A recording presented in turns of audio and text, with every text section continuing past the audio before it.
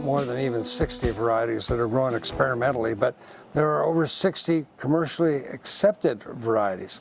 And so if I take them, that it's tough to do that without bias, but if we look at what we've got planted today, and depending on where they are, I think we always have to be mindful that this valley is more than 100 miles from north to south, and so what will grow in the extreme south end of the valley very well won't necessarily produce fine wine in the north end, and vice versa.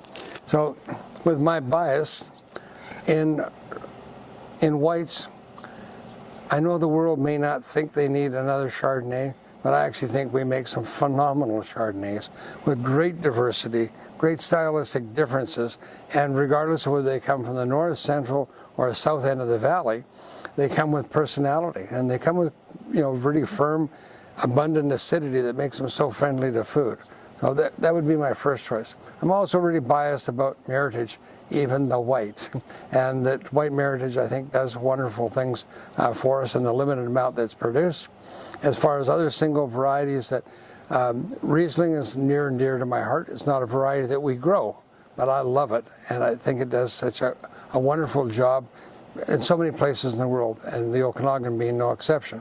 Gewürztraminer does really special things in the Okanagan that much better than it does in so many other places in the world. And then if we look at Pinot Blanc, Pinot Gris. She said one. But kind of in those orders. So I'll switch to the red. In the reds, I believe that Merlot is the right variety for the Okanagan if we had to pick one, and I'm glad we don't. I'm really partial to Merlot and what it does, but I think that it does better when blended with other things. But it's such the backbone of so many great wines that come from particularly the south end of the valley. It's versatile. There are people that I know have made the comment that they're going to use their Cabernet to soften their Merlot, which doesn't happen in many places in the world. We produce big style Merlot, or are capable of it, because of the light intensity, the heat units, the number of daylight hours that we get. It's just a wonderful variety that we can mature pretty much every year with a consistent level. But that doesn't mean that we shouldn't be looking at the wonderful Cabernet Franc, Cabernet Sauvignon, Pinot Noirs, Syrahs that are also grown in the valley very successfully. Excellent. And Christa-Lee, what do you see in terms of people's acceptance of different varieties, and what are the consumer trends for drinking BC wine? Oh, we're seeing huge demand for our wines, which is fantastic. Sales are increasing month over month. We're outpacing market share increases as well. So we're very lucky here in British Columbia that we've got a very loyal consumer base that is excited about what we've got happening. We have more retail outlets opening up, number of different distribution channels, and really what we're seeing is the consumer want to experiment with all of these different varietals because they're all so unique, because we can grow so many different things. We've talked about, should we have one varietal, and I personally, I think that would be a shame, because boring. What makes us so unique is that we can grow all of these. And so for the consumer, that gives them just this amazing array of different experiences and opportunities to taste what we can grow here. So excellent.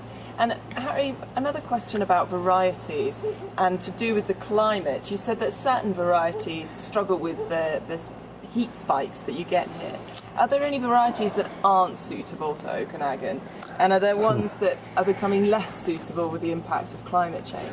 Well, I think it really comes down to site selection, that we're seeing red wines being grown here successfully in a lot of years that we would never have entertained 10 or 15 years ago. And I don't know if that's people just pushing the envelope or whether we really have an opportunity to ripen them consistently or relatively consistently. Certainly a lot of the early varieties we've historically grown in some parts of the valley, some of the German crosses, that they're much more suited to the cooler areas of the region and are not going to survive well with any character in the south end of the valley. So we're continuing to learn, but we're learning through experience.